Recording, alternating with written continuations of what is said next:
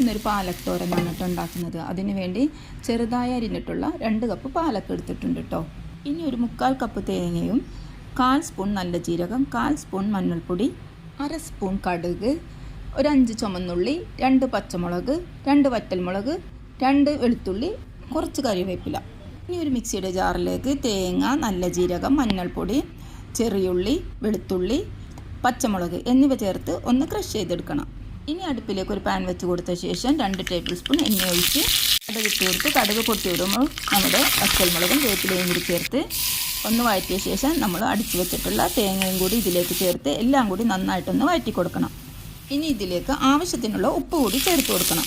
ഇനി ഇതിലേക്ക് പാലക്ക് കൂടി ചേർത്ത് കൊടുക്കാം. ഇനി എല്ലാം കൂടി ഒന്ന് മിക്സ് ചെയ്ത ശേഷം ഒരു 3-4 മിനിറ്റോളം ഒന്ന് അടച്ചു വെച്ച് കുക്ക് ചെയ്തെടുക്കണം. ഇപ്പോൾ നമ്മുടെ പാലക് തോരൻ റെഡി ആയിട്ടുണ്ട്. വീഡിയോ ഇഷ്ടമായ സബ്സ്ക്രൈബ് ചെയ്ത് സപ്പോർട്ട് ചെയ്യണേ.